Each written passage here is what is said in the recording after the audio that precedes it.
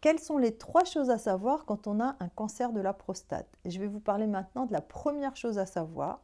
Et ce qu'il faut savoir, tout d'abord, c'est que vous allez être bien soigné. En effet, quand on apprend qu'on a un cancer de la prostate, dans un premier temps, ça fait un choc, parce que c'est jamais une bonne nouvelle. Une fois qu'on a digéré ce choc, qu'on l'a dépassé, la première question, c'est: est-ce qu'on va bien me soigner? Est-ce qu'on va me donner le maximum de chances de guérison? Est-ce que je vais avoir le traitement qui va me donner le moins d'effets indésirables possible? Eh bien, je peux vous dire que la réponse est oui. Que vous habitiez en France, en Belgique, en Suisse, au Luxembourg ou au Canada, vous allez être bien soigné et je vais vous expliquer pourquoi. En fait, on estime maintenant qu'un médecin tout seul ne peut pas décider de quel traitement va avoir son patient pour un cancer, en particulier un cancer de la prostate. Et donc, on a mis en place des réunions médicales. En France, ça s'appelle les réunions de concertation pluridisciplinaire. Donc, ces réunions vont réunir au moins 3 personnes. Ça peut être par exemple un médecin oncologue ou un médecin cancérologue, un médecin urologue, ça peut être un médecin radiothérapeute et d'autres personnels de santé qui vont se réunir pour étudier votre cas. Et donc, ces personnes-là vont étudier votre dossier, vos antécédents, voir si vous prenez des médicaments, quel est votre état de santé, quel est le stade de votre cancer, etc. Et ils vont décider quel est le meilleur traitement pour vous en fonction des avancées de la science au jour de la réunion. C'est-à-dire qu'il n'y a pas une personne qui peut avoir un avis un peu partial. Ces réunions sont faites pour que vraiment vous ayez un choix de traitement qui soit le meilleur possible. Alors il faut savoir que ces réunions existent dans tous les pays que je vous ai cités. Donc en France, ça s'appelle les RCP. Les médecins disent souvent: ce matin, j'ai RCP.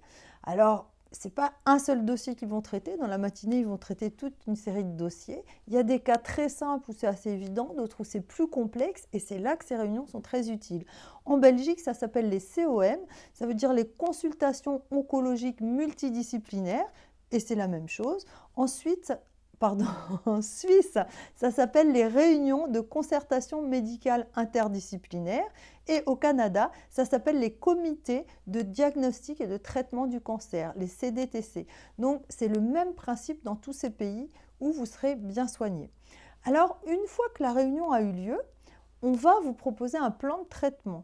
C'est-à-dire qu'on va vous dire, et donc ça va être peut-être votre médecin tout seul qui va vous dire: voilà, ce que je vous propose, c'est tel traitement. Il faut savoir qu'il n'est pas tout seul à avoir décidé de ce qu'il vous proposait.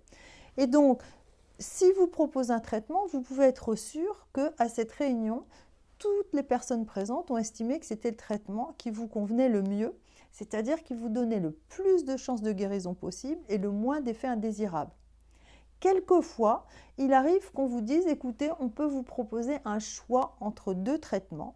Par exemple, on peut vous proposer soit une chirurgie, donc une prostatectomie radicale, soit une curithérapie.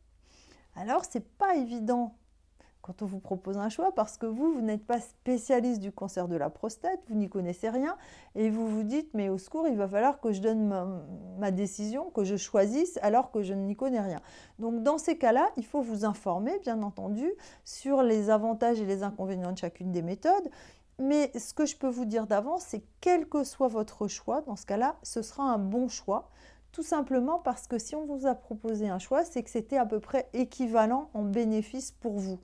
Donc, vous ne pouvez pas vraiment faire un mauvais choix. Donc voilà, j'espère que je vous ai convaincu et peut-être aussi rassuré, à savoir que si vous êtes dans tous ces pays francophones occidentaux et que vous avez un cancer de la prostate, eh bien vous allez être bien soigné. Donc c'était la première chose à savoir quand on a un cancer de la prostate.